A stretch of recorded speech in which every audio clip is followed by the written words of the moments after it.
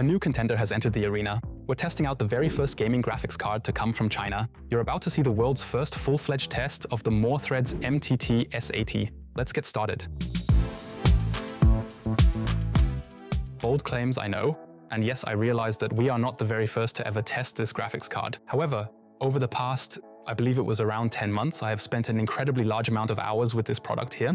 And that's why I can truly announce with pride, this is the first full-fledged test of the MTT S80. You'll find benchmarks from 10 games across 4 different settings, along with our standard testing on power draw, noise levels, and energy efficiency. I don't want to start at the very beginning because by now almost everyone interested in graphics cards should have realized that China is now also producing graphics cards to become more independent from the West. One of these companies, which as far as I know also receives state funds, is More Threads. Not More, but More Threads is how it's pronounced. And they've already had a product on the market for almost 2 years now, namely the MTT S80 here. By the way, MTT stands for More Threads Technology, and it's still the top model for the gaming market. Why is that exciting? Because 2 years ago, similar to Intel, the drivers weren't that great. You couldn't do much with the product initially. However, the manufacturer kept working and released a lot of driver updates. A lot has happened here in the last few months. And that's why I'm presenting the test to you now, because it's time to finally showcase this graphics card. It is usable after all. Let's add a few spicy facts to the start. The founder of More Threads, who started the company late in the year 2020, was the head of Nvidia China for many years. And he thought they could actually build their own cards. That's exactly what they did. And that's the reason why More Threads was established as one of various graphics studios over in the Far East.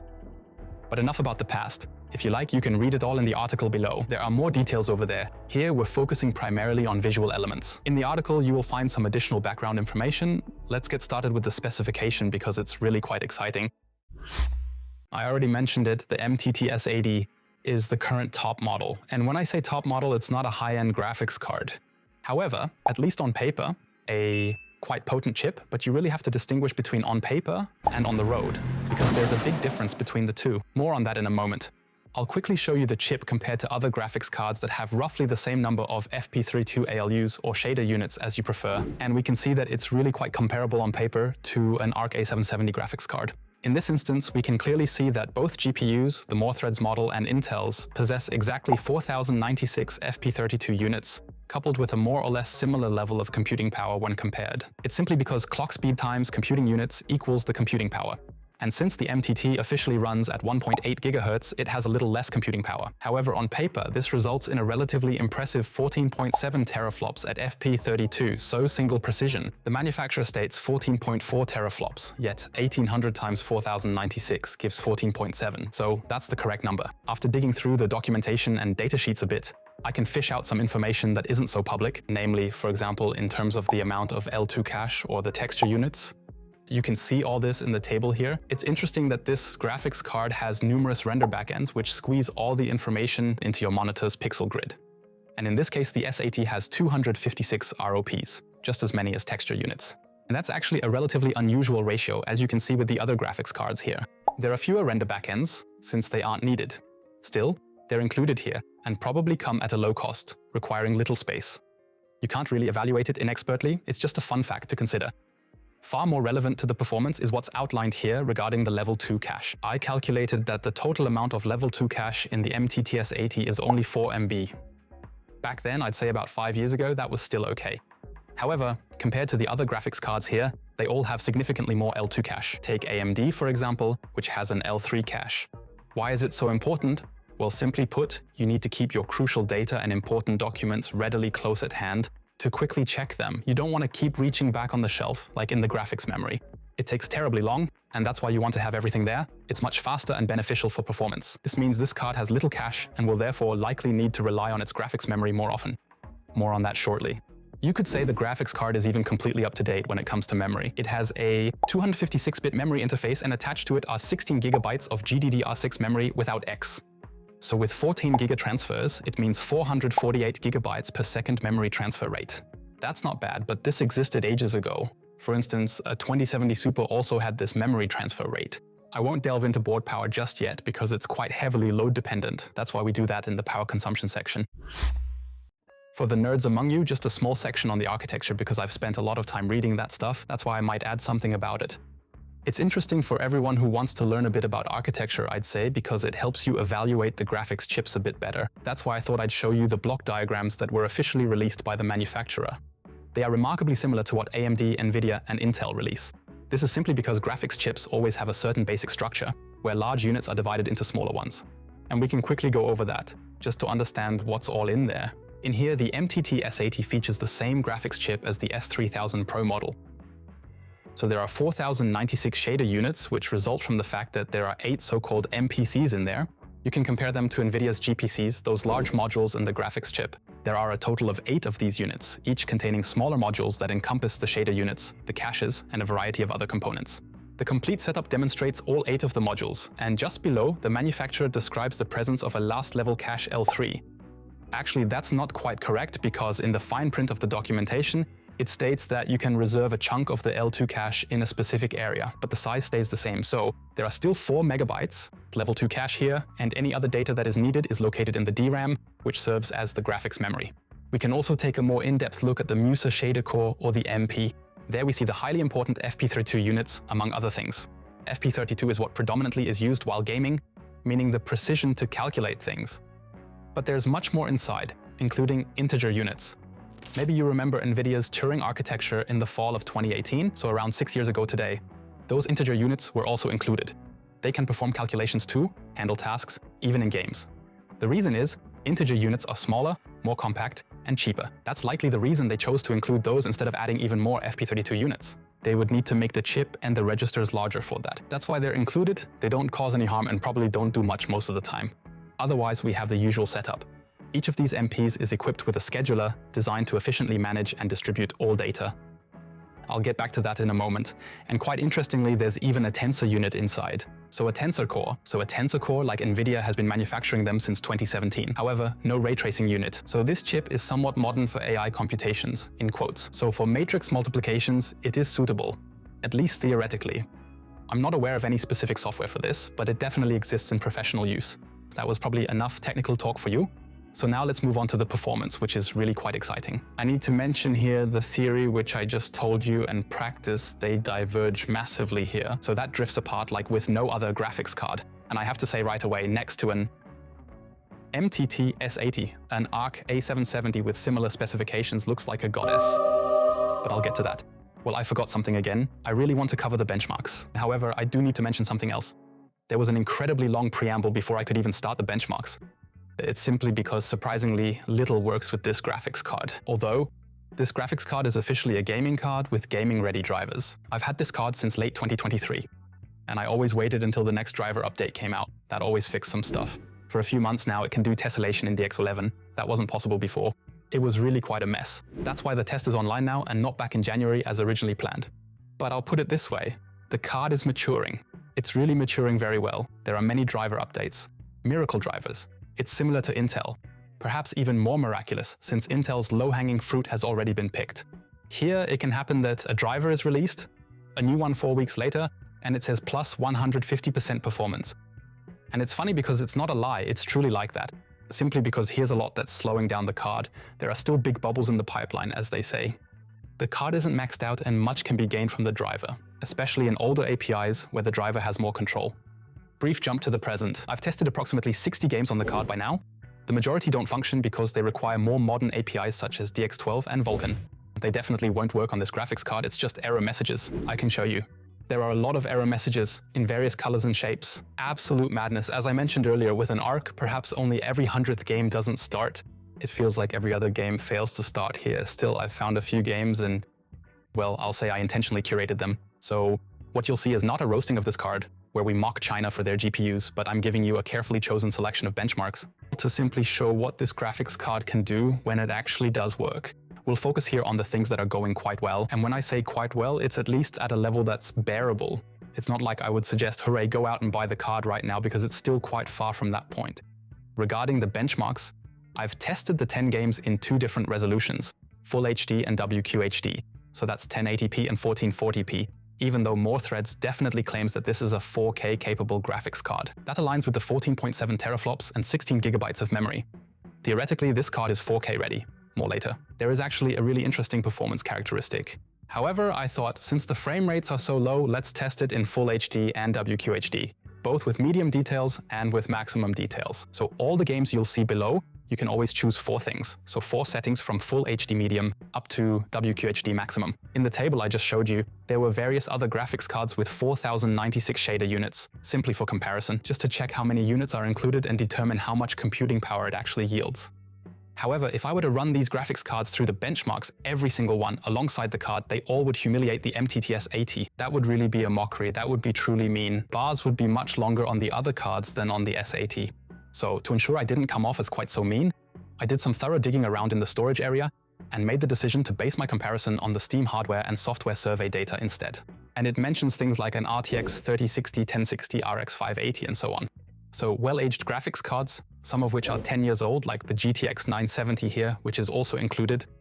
And I spiced up the test field a bit with things like a modern, in quotes, a current entry-level graphics card here from AMD, also the Intel Arc A380.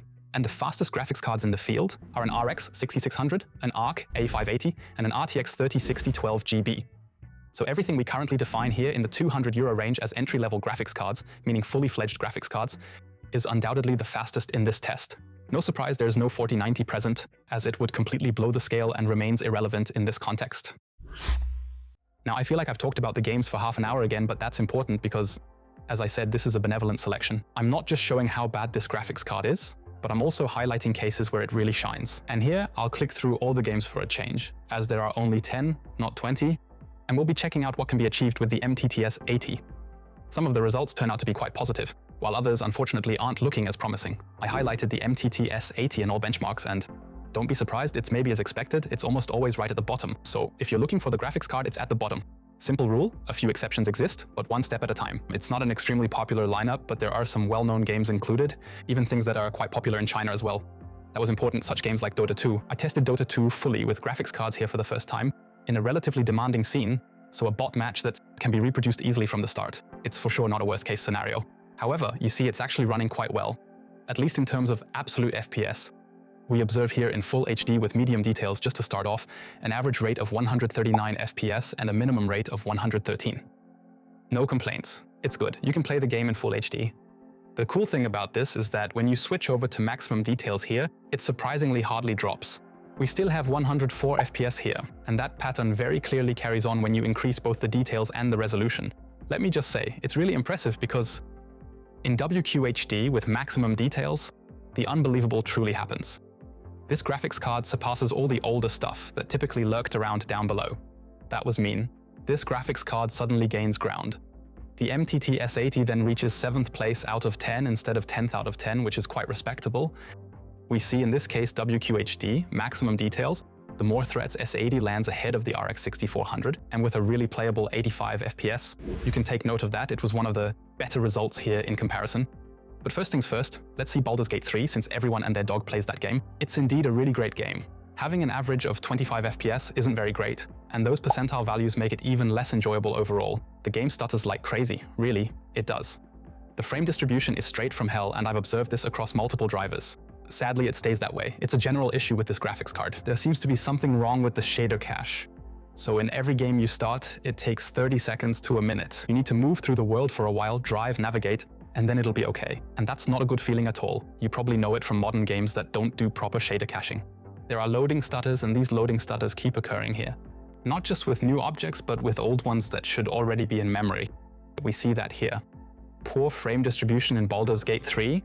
Again, as we increase the resolution, the better the MTT S80 performs relative to the other cards. But in Baldur's Gate 3, if I go to the nastiest setting, namely WQHD with maximum details, it is still last place. However, the other graphics cards have massively lost performance. This is why it remains competitive when compared to some slower options, yet it doesn't exactly stand out as being particularly great. Could be a good intro for Counter-Strike 2 as well. Great is not the right word. Even though this is only the medium preset with CMAA, a cheap post-filter for anti-aliasing, we only get 48 FPS. So, playing Counter-Strike competitively? No. But it might be enough for bots on easy, but never in a way that's actually fun. Also because the frame distribution isn't great here.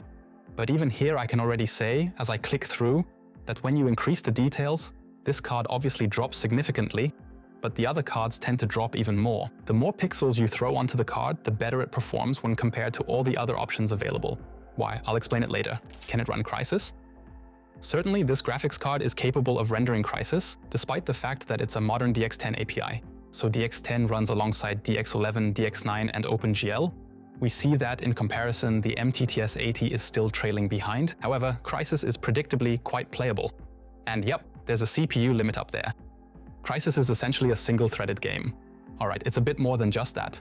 But this game remains very CPU demanding when you reduce the complexity of the shaders. And that's very much the case with medium details. That's why we have a CPU limit here at nearly 250 FPS, which the S80 never reaches. Let me just quickly make a big leap over to WQHD with all the maximum details. And there we can almost see the potential shining through. You can almost tell that this graphics card actually has much more computing power than we've seen so far. There it stands at position 5 out of 10. That's in the middle field. Not bad at all, really. We notice that the card just barely manages to overtake an RX 580, yet unfortunately still narrowly misses catching up to the GTX 1060. But hey, that's already a ray of hope. You can definitely play Diablo 3 here, but to be perfectly honest, you really wouldn't want to run it on this card, unfortunately. We can see we actually have a pretty good average value of around 163. You might think initially, wow, that's fantastic, no issue at all. Nevertheless, it's just the aforementioned stuttering and loading lag that turns out to be really quite problematic. Why on earth hasn't it been fixed yet with a shader cache? Doesn't happen here, so Diablo 3 is hardly enjoyable. But it would theoretically work if you maybe set a frame lock at 30 or so. Even so, that's not really very great either, so you might as well say, you definitely don't want to deal with that. Here, it's the same for those who like to suffer. If you increase the resolution or the anti-aliasing, then the card tends to make a better impression. Except here. 8 times MSAA, the best anti-aliasing in Diablo 3. That's pricey on the MTT S80. That means if you use FXAA, the card performs best. Ideally in 4K, and it then unleashes its potential quite well. However, the unplayable frame times remain. That's crap. F1 2020, the loading stutter is relatively limited, so the game is really enjoyable with the S80. However, compared to what else you could have, like cheaper alternative graphics cards, it's not really great. We see this here in Full HD with medium settings, and in Full HD with maximum settings even more so, because when you drop below 30 FPS, achieving the best times tends to become quite challenging. In this context, when you increase the details or resolution, the card generally tends to perform better, but it never quite reaches a great performance. Not great is something I'm saying quite often. And that's also true for the next game, Kaku Ancient Seal. May not be known by all, it's from a Chinese developer, so I thought good content for the course. It's an Unreal Engine 4 game. Should run fine, actually. The engine is a bit older and the chip is a bit weaker. So yeah, they should function well together, but they don't. With Unreal Engine 4, half of the games are running on the S80, the other half are not. And when something runs, it's not great. And that's the case here. In Full HD with medium details, not even close to the best the game offers. We're hitting a lovely 15.5 FPS and a P1 percentile value, so min FPS of 7. You wouldn't want to play like that. With maximum details. The frame rate drops quite significantly again from 15 to just under 10. I'm definitely sticking with it. You don't want this. So we can clearly see that every other graphics card runs much better. Doesn't matter if it's Intel, AMD, or Nvidia, much better. On those you get 30 FPS, on the S80 you'll get at most half of that. A real small exception, WQHD once again. There, the card looks relatively good compared to the other cards. However, we're talking about a solid 10 to a good 8 FPS here. Let's check that off. Let's move on to Trend 5, one of my favorite games in the lineup, because it's not only beautifully fairy tale-like, but it also runs really well on the S80. And when you see the bars now, you'll probably say, are you crazy? It's running terribly compared to the others. No, it's very playable as the frame distribution is good, which really needs to be noted for this card. This is one of the games that truly runs exceptionally well on the card, simply because it feels very smooth. Not because you get so many FPS. We see here in Full HD with medium details, it's around 38.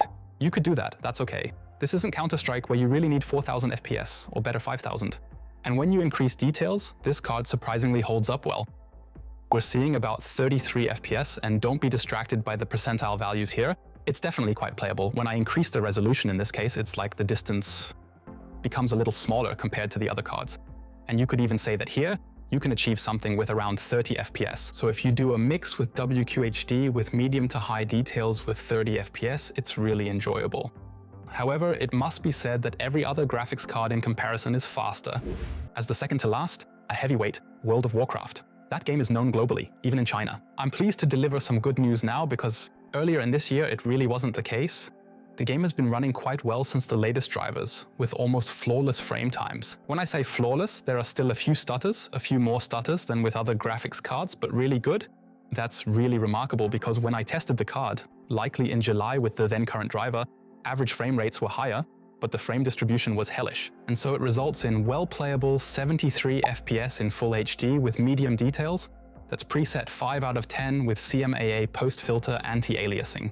Not really pretty, but playable. Let's see what happens when I switch to maximum detail settings here, which is preset 10 out of 10 with multi-sample anti-aliasing applied. You can see all the cards are dropping significantly. That's brutal, but this card is still doing quite well. Very close in striking distance to the ARC A380. With 35 to around 37 FPS and flawless frame times. So if you can tolerate 30 FPS, it's not that bad at all. Look, what happens when I switch to WQHD, 65 FPS. In WQHD with maximum details, the MTT S80 even outperforms the ARC A380. A pretty decent moral victory. However, you have to be able to tolerate just under 30 FPS, otherwise it's a win for the bin. Let's move on to the last and my favorite game in this lineup, namely Yooka-Laylee. Not everyone may know this, it's a platformer by X-Rare Staff. They developed Banjo-Kazooie and such, still among the top 3D platformers on PC. By the way, a remake is coming soon. Why do I like the game? Not just for its content, but because it shows what the MTT S80 can do. Not its complete capability, but you do get a revealing glimpse of its amazing potential. You can truly see it in Full HD, and indeed it runs wonderfully. It absolutely feels really good. I believe, aside from Dota 2, this game feels the best on this card from all my tests of the 60 games I've checked. In Full HD with medium details, the MTT S80 reaches about 149 FPS and a percentile value of 113. So it matches what AMD, Intel, and Nvidia GPUs typically achieve. There it is, even in 7th place right off the bat with medium details in Full HD. Yeah, and already when I increase the resolution and details, it tends to get a bit better for the card. In Full HD, max details. 119 FPS average plays excellently, smooth, lets you roll through and knock people over easily. In WQHD, it even gains ground and slightly surpasses the RX 580. And in WQHD with maximum details, it stays in place and still reaches 95 FPS. I would say this is by far the best result for this card, simply because it runs smoothly at every resolution in every setting. So, a quick check after the benchmarks. There has been a lot of criticism, but also some silver linings, a few games that are running well. And more threads definitely should build on these games that are performing well. The driver absolutely needs a major speed boost. If it does what it's supposed to, it runs relatively smoothly overall.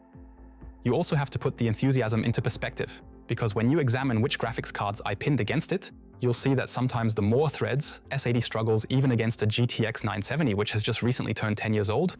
Time to pack all the bars into even more bars. I think that's the added benefit over the prior tests of this card. There is a performance index.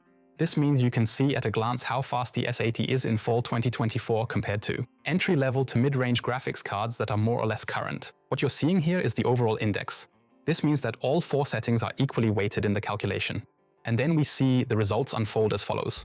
It's not very surprising that the MTT S80 ultimately finds itself at the very last rank. However, here we see for the first time the precise distances to the other graphics cards.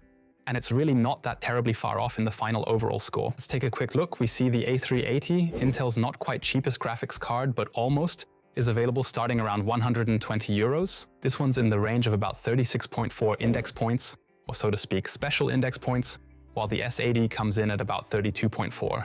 To phrase it differently, the Intel graphics card is approximately 12% faster when averaged out. In this case, I actually have to touch on the resolution or settings scaling again because it's really fascinating with this graphics card. That's why we'll start here at Full HD Medium, which is the lowest difficulty level of the 4. Even there, the A380 comes next, but with a massive gap of 37%, so no chance for the MTT S80. Check out the difference when I shift to Full HD with maximum details enabled. The gap reduces to only 10% for the Intel card. Interesting. Let's switch to WQHD with medium details. There too, the 2 cards are close to each other. The distance stays the same with 10%. And now, perhaps with a little bit of good fortune and some tailwind assistance, the S80 could manage to overtake the ARC A380. Yes, indeed it does. What we observe here is the S80, so in WQHD with maximum details, is roughly 5% faster than the A380. So it's not quite in striking distance yet, but it's already just slightly behind the RX 6400, which remains 4% faster in WQHD with max details. What happens here? Architecture problems. When you have a graphics card, which really has many widely spread computing units, if you give it a lot to do, like many pixels, many calculations, then it can distribute that better. So you can spread more tasks across more units and process them. And the problem with this is that for various reasons, which I can only evaluate superficially, this card struggles to fully utilize its 4096 shade units. means if you give it a lot of complex tasks, it's easier. Complex tasks include higher resolutions, so if I raise shader complexity, with max details and resolution, this graphics card is likely in its best case scenario. That means theoretically this card would probably perform best in 4K or even 8K because it would be fully utilized. However, it doesn't help much as we're at 2 to 3 FPS here. But it's clear, more details and higher resolution make this card perform better than the entry-level models, which I've also tested. This advantage is very theoretical though, because you quickly end up in unplayable FPS realms with high settings. In this respect, it is really very important for more threads that the driver is optimized quickly. The driver needs to efficiently feed the scheduler so it can adequately feed the units. There's still a lot of work ahead for more threads. Intel can sing a little song about that. The driver is, however, just one of many possible brake pads. And I saw a few others when I was looking at the block diagrams. And maybe I'll touch on that, just so you get a bit more information on why the graphics card is falling short of its potential. Apart from the driver, some architectural aspects slow it down. As noted, the cache is rather small. That means the graphics card often has to, because it doesn't have enough space available here in the desk, it has to rely on its storage or shelf. And that data is much slower compared to what's here. That's factor 1 beside the driver. Factor 3, perhaps one of the most important, is how the architecture is constructed. The Musa architecture is structured with what is called a warp size, also referred to as wave, that is 128 wide, meaning it spans a total of 128 units across. Imagine it like this, I'll simplify it. You have 128 data lanes, instructions are pushed through the pipeline, and you actually want to keep all your units busy because that's what they're there for. When games only give 8 instructions or perhaps 16 and so on, you're not getting those data lanes completely filled per cycle. It means the pipeline runs empty, half might be utilized, the other half does nothing. That saves power, but it makes the graphics card very slow. That's why the graphics developers have messed around with the warp size a bit over the last 10 years. And it has been agreed upon in modern architectures that a wave or warp size of 32 is optimal for games. And this card has 128. It's pretty broad and hard to fully utilize. And if the driver isn't that fast yet, still in its infancy, the result is, as it inevitably has to happen, the card does not get fully utilized. Maybe let's take a look at another historical example. AMD switched from GCN to RDNA many years ago. That was in 2019, by the way. That's when the warp size, or wave size, was reduced from 64 to 32, essentially halving it. That has massively helped to change the utilization. It doesn't scale linearly. I don't expect it will always double in speed. However, it might be nice if more threads could say, yes, 64 is good, or maybe just 32 warp size for the next architecture. But that's just speculation. I can't prove it to you. I didn't run any synthetics. There is really surprisingly little possible with this card, meaning theoretical tests. The load characteristics, the scaling with resolution and complexity, suggest that this card has massive load issues. You can see that very clearly in the benchmarks, and I assume that's the main issue. If future drivers show a significantly greater difference between min and max, it indicates a more efficient utilization. Apparently, more threads also knows that it's hard to fully utilize this card, because it looks that way at least based on the driver release notes, where individual games are being optimized. This means you can sort the instructions, so you can manually optimize for each game individually rather than generally. And with those updates, performance jumps like plus 150% in Dota 2 are indeed possible. You can manually enhance GPU utilization with significant effort, but it would definitely be better if this process happened automatically. Let's see when that happens. So that was a lot of theory, and also many bars. Let's move to a lighter part, focusing on the card itself. There's a reference design. This card is only available in China. So this is the MTT reference card, and I think it's quite stylish. This entire thing is metal, the exterior. The surface is a bit roughened, and you can likely see that more clearly in the B-roll footage we're showing right now. I want to briefly show some things because some details surprised me about this card, simply because it's extraordinary. It actually starts here, at the rear. Have you seen it here already? This is referred to as an 8-pin EPS connector. Typically, you will find these on motherboards or advanced pro-grade graphics cards, and I'm guessing it's simply because this card is also available as a professional model called the S3000, and that more threads just reuse the design because regular PCI Express power connectors aren't common there. In this case, you just plug in an 8-pin EPS here, and then you can plug in 2 regular PCI Express 8-pin power connectors. This allows the graphics card to officially dissipate 255 watts, in theory up to 300 through the socket, but more on that in a moment. So the official board power is 255 watts. Sounds like a lot at first, and when you look at the bars, it also looks pretty bad. However, the good news is that since the card is used so inefficiently, it never needs 255 watts. By the way, if you want to know more, Steve from Gamers Nexus took the card apart to show the inside. So to see the chip in storage, it's quite interesting. That's Samsung's memory on it, Korean, not Chinese. But hey, this card's made in China. To see the teardown, watch the video from Gamers Nexus, we can link it. This graphics card, as you can see, is a bit larger than dual slot, so you need a bit more space. Effectively a triple slot because the card really needs to breathe. It has 3 fans, the middle one is a bit smaller than the outer ones and they spin at varying speeds. According to my measurements in a quiet room, it spins with an RPM of approximately 2000, a bit less in the middle. And that's how the volume you see in the table here comes about. Don't be surprised, in idle mode and with everything you do in 2D, the card makes noise because the fans don't turn off. That means it's kind of a typical first-gen architecture, which is missing a few features such as, the fan stop during idle mode. So things we've actually known for 10 years by now, like in the first Strix from Asus, where the fans would turn off when idle, which you should expect in today's cards. There could be valid reasons, since the card uses quite a bit of power. More on that in a moment. 1.5 zone from half a meter away, yes. You can definitely hear that in a regular gaming PC. It's like a gentle humming, not terribly loud, but completely unnecessary actually. Under full load, when you really push the card, I've actually looked for things to really put a strain on the card. Dota 2 was good, Diablo 3 wasn't bad, but the best was Yooka-Laylee. That's where I had the highest power consumption values, so I put it under load for a while, letting the game run calculations for about half an hour. And the fan speed has climbed to around 35 to 36% PWM pulse, corresponding to over 2,000 fan rotations and a loudness of 2.6 zones. That's acceptable. It's not really fantastic that you think, wow, amazing efficient device, but honestly you can't really complain. GPU temperature is in the 65-degree range. We'll trust the MTT software for this, because unfortunately other tools can't read it.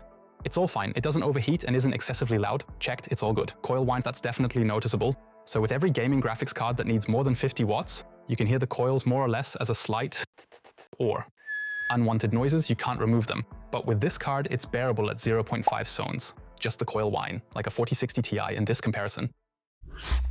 On to power consumption. Very cool, important topic with this card. I'll just make a quick call to the past because I have some really cool live impressions from back then. So see you in a bit. Hello? Sure, can do.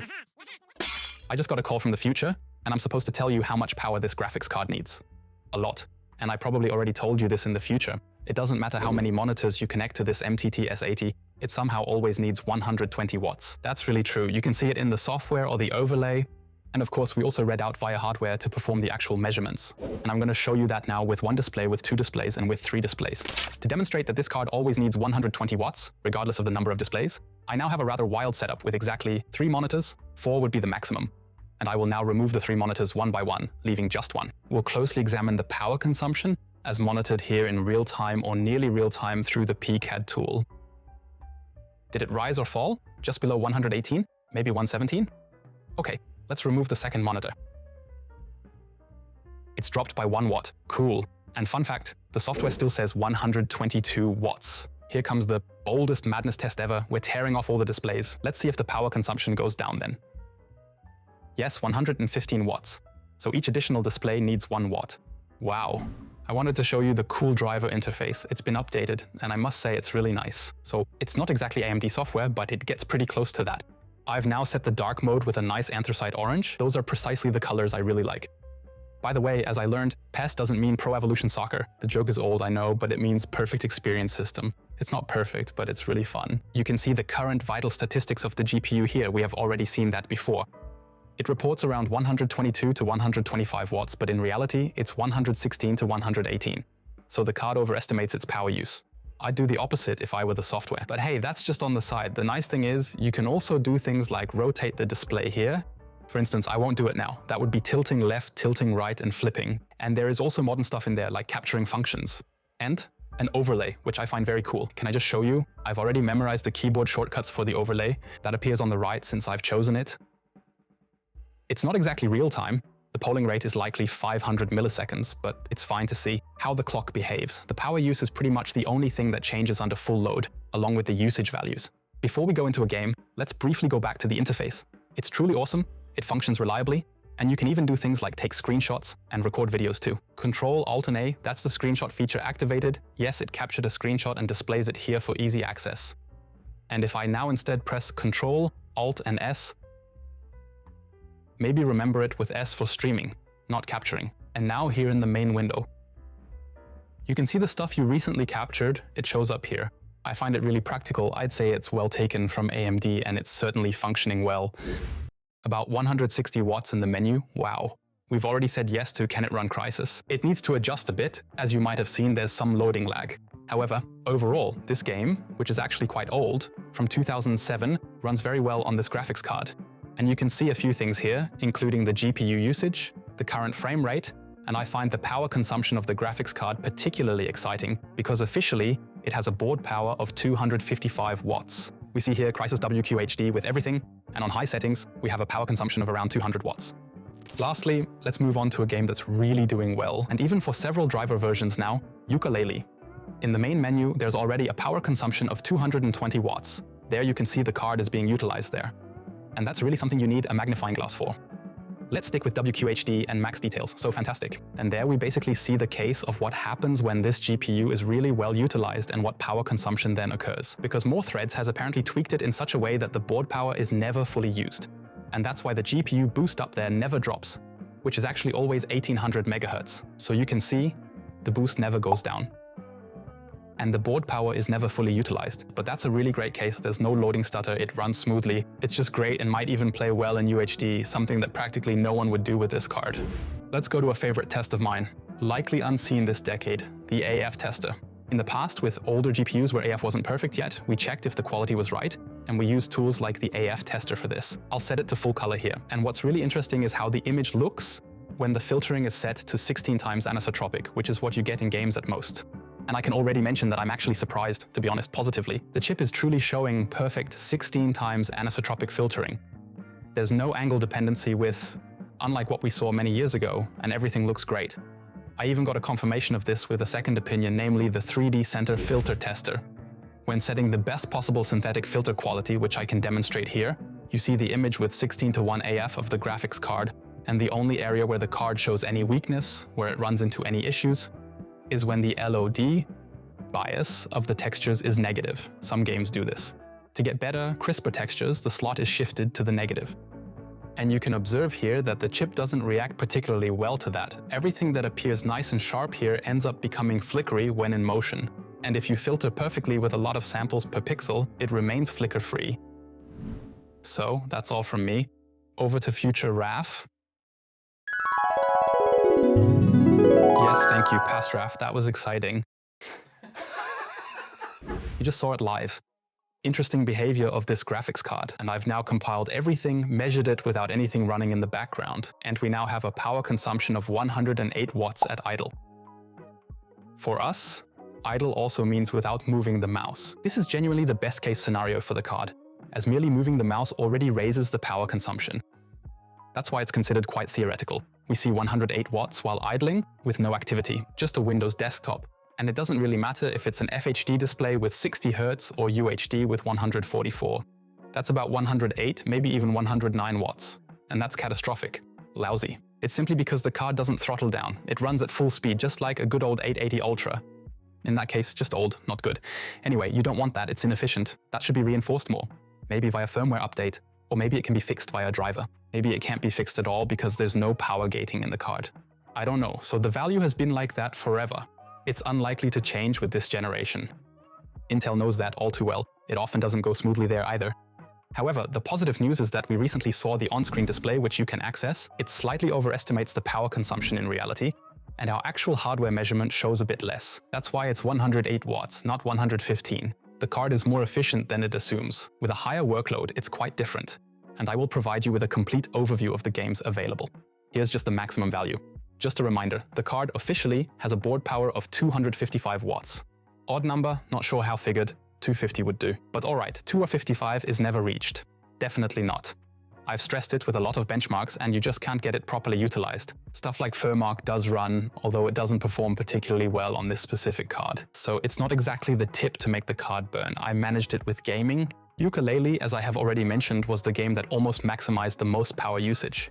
And it even makes sense because the game runs very well, meaning a good utilization. And good utilization, unfortunately, also leads to high power consumption. Actually, that's what you want. You have the units there to do something. We see here a maximum power use of 232 watts. That's the most I was able to manage. There are a few peaks that go above, so it even slightly peaks toward its board power. By the way, that game was also the only one where I managed to lower the boost a little. So it indicates that there's a variable boost present, which only gets reduced once the power becomes limited. It typically doesn't operate that way, which is why the card is generally locked at 1800 MHz. In Yooka-Laylee, I managed to reach approximately 1760. so it really only drops minimally when you hit the few power peaks. So this proves that the card throttles down when you really push it hard, or when it's fully utilized by the driver in 5 to 10 years. Let's see, maybe I'll retest it then. Until that time comes, the power or efficiency values I'm showing you now apply. Just now we had the peak value, the maximum power consumption I could measure, that I could verify while playing. It stays below the board power with peaks near the board power, and if you take all the measurements, which are the 10 games in the 4 settings, it results in an average power consumption of 160 watts. No surprise, the utilization is poor, and if your graphics card isn't utilized, it uses less power. At least it works as intended. Here, for the first time, you can clearly see the S80's efficiency compared to similarly fast graphics cards available today. And there we observe, when compared to the roughly 10-year-old GTX 970, this particular graphics card is noticeably inferior. It's indeed slower and less efficient. This becomes quite clear when you compare it directly, even if it doesn't seem that way at first glance. The GTX 970 is about 58% more energy efficient, and its manufacturing is quite prehistoric, just like the architecture. The only card that lands somewhat in that range is the RX 580. It draws around 180 watts across all games, so a little more. However, it is also considerably faster, resulting in a better energy efficiency of 38%. It might be worth adding a remark here that it remains unclear in which manufacturing process node the S80 chip is produced. All sources don't know. I don't know either, and the manufacturer generally doesn't respond to inquiries. That's why it's assumed it's not top-tier manufacturing. It's surely not 4nm tech, since the chip is 2 years old. So probably at best 7nm manufacturing somewhere. Whether that's TSMC or really China's own manufacturing, no idea. The poor energy efficiency strongly suggests that it is rather antiquated technology indeed. Let's move on to the conclusion regarding the Threads MTT S80. I have to say, as a 24/7 nerd, yes, it was truly a very interesting trip to China, a trip to the Far East one could call it, because this graphics card is really only available in China. To get one, you'll need to import it, and that's tough in the end. There are a few specialists in our forum who can do that for you. Thanks, by the way. However, I can't recommend it at all unless you enjoy suffering and just want to test things. I said something similar back in mid-2022 when the ARC graphics cards were released. And don't get me wrong, those things I mentioned before, they're still very much applicable. Yet, in comparison to what Threads is doing here, Intel graphics drivers were significantly better in those days. If you still want to buy such a card, maybe you're a collector or you just want to check out the stuff, you're in for massive trouble. You can't imagine what's going wrong there. I've already shown you the error messages. It's truly unbelievable. However, let's focus on the positive side. There's an incredible amount of potential to be tapped into there. You can certainly view it that way. As a user, you can be thrilled about each driver because you'll see amazing numbers like 100 to 200% more performance. And when it says that, then it's from 10 to 30 FPS at best. Still, the chip can theoretically perform quite well. There are even tensor cores built in, meaning that if you have any software that performs matrix multiplications, you should definitely give it a try. Let me know in the comments if you have something like this. But I assume it's tough to find them since even simple synthetic tests like ADA64, which by the way requires OpenCL, do not work there either. So I really wanted to show you a few synthetics, but none of them are running. A bit frustrating. It's always such a shame when you have the hardware but the driver can't access it. And sure, something will happen over the next few years if the company stays on the ball. I've heard the next architecture level is already in the works. There's already the S4000 with 8,192 shader units, so double the amount. But maybe that's why it's not yet available as a gaming graphics card, because what's the point of having double shaders if you can't even get it to half capacity? That means it's probably really a 4K card because it simply doesn't falter at higher resolutions. In short, that was exciting, and the project truly deserves respect. We now have a fourth market player. It's a fully functional graphics card. Regarding the functional, you can definitely say it's not functional for every game. No, it's not. However, it works, generates a picture, and you can indeed play 3 to 4 games really well with it. I thought the driver interface was really quite impressive. Putting the small cosmetic flaw aside that everything is solely in Mandarin, it can really be overlooked once you've thoroughly memorized it. The interface is great, you can set up cool things, you can use it to capture and so on. And if simple features like AF control and stuff like that are added, it's on the right track. And yes, overall, this is also a positive feature of this card. However, it's naturally overshadowed by the practical problems. If you've been wondering about the PCI Express 5.0 as we promoted it before, yes, I wanted to do a benchmark, but not a single synthetic test can represent that. Doesn't run on the card. It supports PCI Express 5.0, but only on paper. Practically, the card has so many issues, PCI Express isn't even one of them. And in that regard, it's a nice checklist feature. It can indeed do that, yeah, but in practical terms, it's mostly irrelevant. Too long didn't listen. Should I buy the card? No, nonsense. Unless you're collectors and want to try something new, I'm curious to see how it continues, and I hope you enjoyed the video because it was quite an elaborate look beyond the horizon. And if you liked it, share it with the world, because the world should know. If all goes well, you'll soon see more graphics card videos from us. Goodbye.